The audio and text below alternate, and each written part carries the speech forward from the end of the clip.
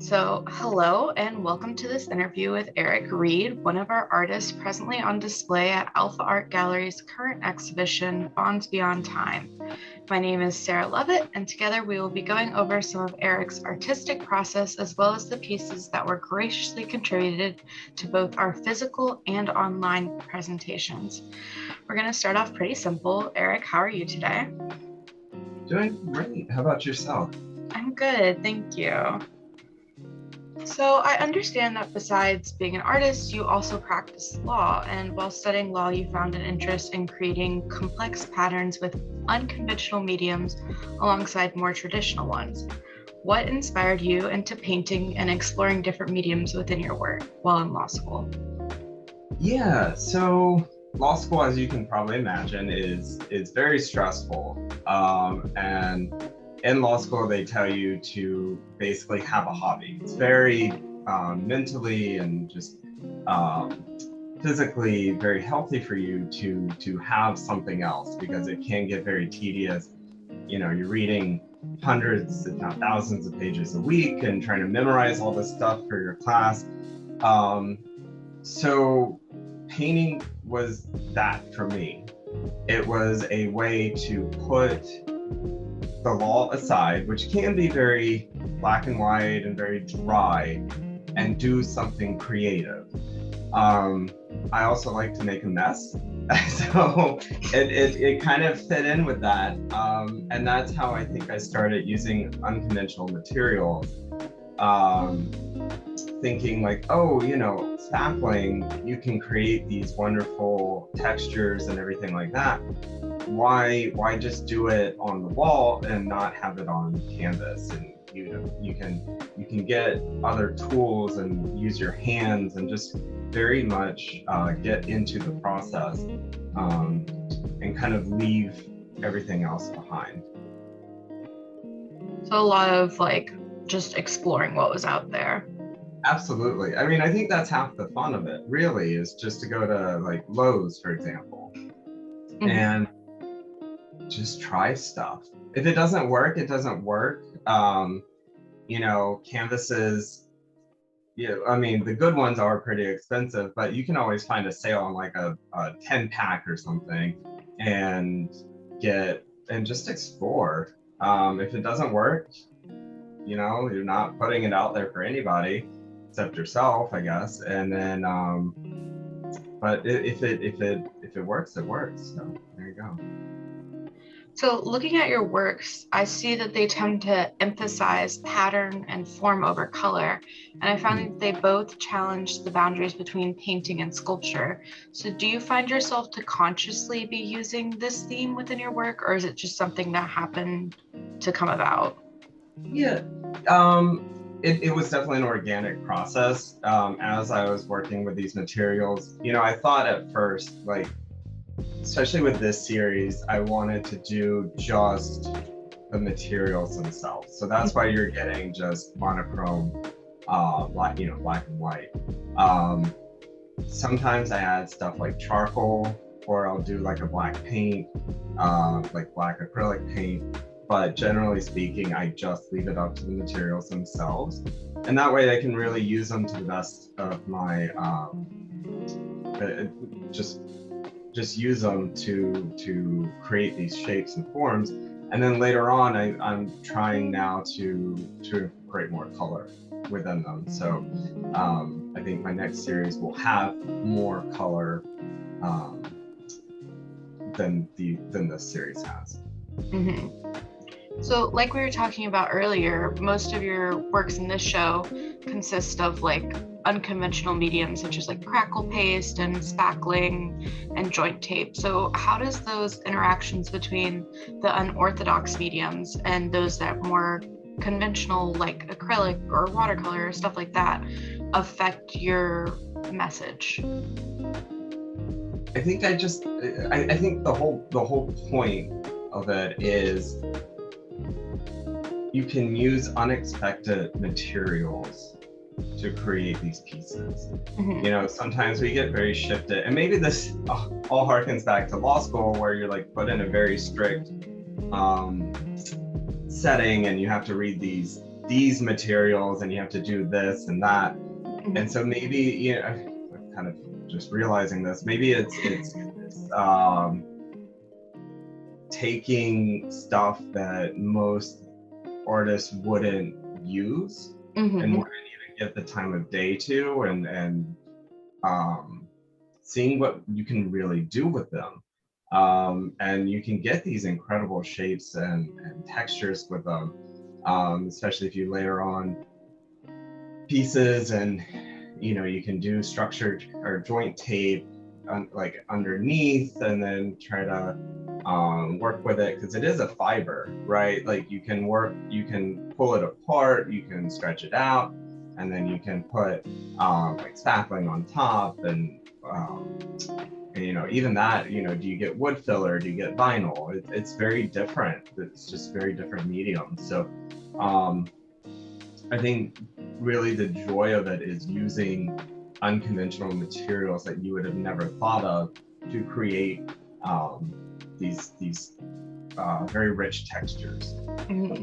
So all sort of comes back to law school. Yeah, I was thinking like maybe it does actually. Maybe part of my creative process was, you know, going to a hardware store and then taking stuff like, oh, this could actually really work. You know, this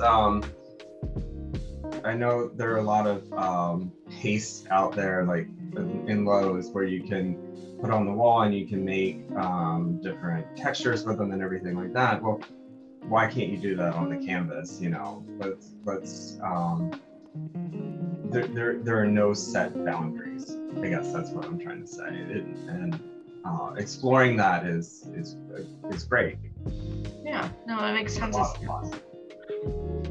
So moving more specifically into your works for this series, talking about Texture 2021-6, it is very reminiscent, to me at least, of Mark Rothko, whose works are very characterized by formal elements such as shape and balance, and more importantly, color. But unlike his use of broad color and bright hues, your grayscale palette allows viewers to consider what is in front of them without distractions. Would you say that Rothko's approach to the importance of color has influenced your work? Oh, absolutely. I think that Rothko's, I love Rothko. I think he's one of my, he's one of the artists I look up to, and I have a ton of books on him. For this particular one, like you said, Rothko does a lot with color, especially with gradations and shading and all of that. Obviously, this wasn't that, right? This was not using any color. I think at most for this one, I used charcoal, right, to get a grayscale. Otherwise, the top part is joint tape, and the bottom part then is it's spackling. So for that, it was more of him kind of bringing, like, I guess, a Rothko-esque style in the form of squares and rectangles, and kind of laying it out on a canvas. I think like a lot of Rothko pieces are done. And I am actually really interested to take something like that and then put color onto it, right? Like see how color will actually add to the form of it, and maybe even bring out some more of the shapes to it. Interesting. Talking about Texture 2021-2 and Texture 2021-3, they are both visually consisting of the same type of horizontal pattern as well as the same materials. In spite of their similarity in style and form, the difference in color affects the moods, however. So would you mind explaining the differences between these two and how you hope they affect the viewer when they look at them? Sure. So for the second one, there's a gray underbase and then a white overcoat.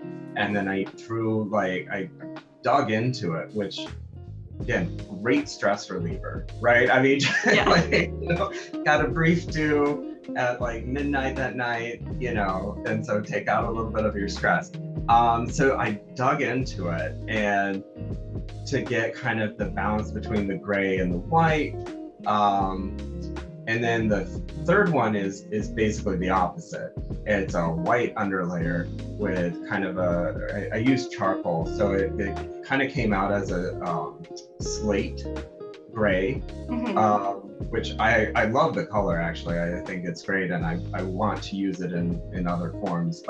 And then I also similarly dug into it to create these horizontal lines, and really just to give it some texture and to show the undercoat, just to give it kind of a contrast. And what I was actually thinking of doing, and I will probably do this later on, is to do one that's mostly black, and then maybe have like an undercoat of white or gray. So I wanted to do just kind of through the spectrum of like white and gray, and that's kind of what it was. But really, it just, when you look at that, you can see different shapes, right? You're not really focusing on the color or whatever. You're focusing on the shapes of that the texture is made, and by digging and everything like that. And you can, for everyone, it's like an ink blot test, right? You can just see, it's unique for each person, right? Like it means different things for each person. So yeah, I hope that answered your question. It was very way of answering your question. No, it did. You want everyone to see something different when they look at it. Sure, and kind of reflect back at you and see something about yourself, I guess. Makes total sense. So I personally really enjoyed 2021-8. It has a bunch of really stacked up layers, and it looks like rocks and like fossils and crystals almost. Yeah. So I know we were talking about your texture earlier, but how, for this one specifically, did you accomplish that? So this is a blend of different techniques, and it's actually kind of funny you said that, because both my parents were geologists. My mom was a micropaleontologist. Yep. Yeah. So they both looked at fossils, and I grew up with fossils and rocks and crystals, and to me that was very reminiscent of that. I wanted to paint basically a landscape, but not just any landscape, just I wanted to have that gravelly feel to it, and so I'm glad it worked. It worked out.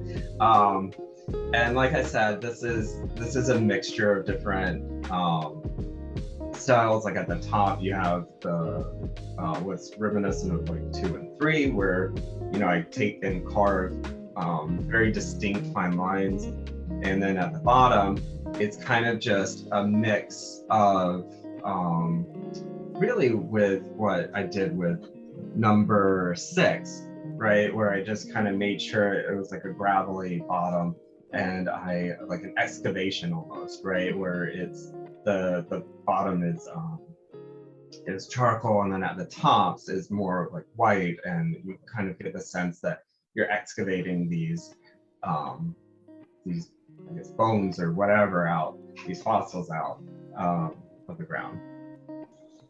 So for all of your works in this exhibition, do you have a favorite piece, or one that you have a particular attachment to? And if you don't have a favorite, do you have a piece that you would like to talk a little more about?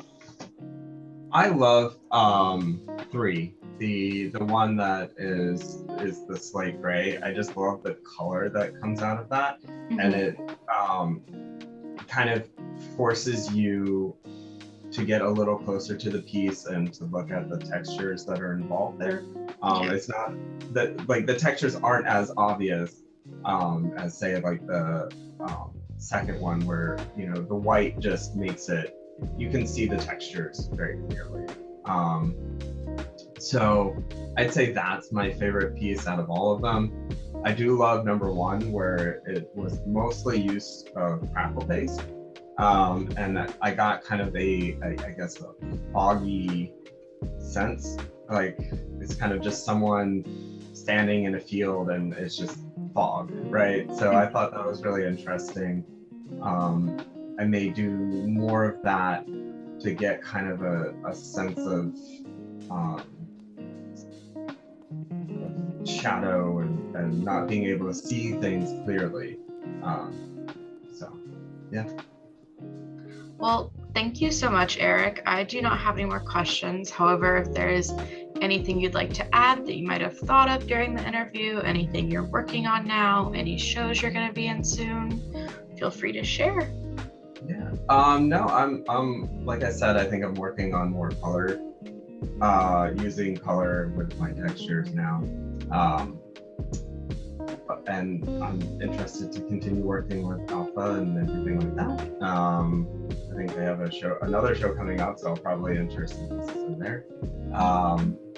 But yeah, honestly, art is just, it's a fun, creative process. And I think, learning about it and using different materials is most of the fun, right? Like, and then you see what you produce, and I think that's a lot of part. That's the big part of it that I really enjoy. So. Well, once again, thank you so much for speaking with us today and sharing your insight into your creations. Thanks for putting all this together. Really appreciate it. Of course. Thank you.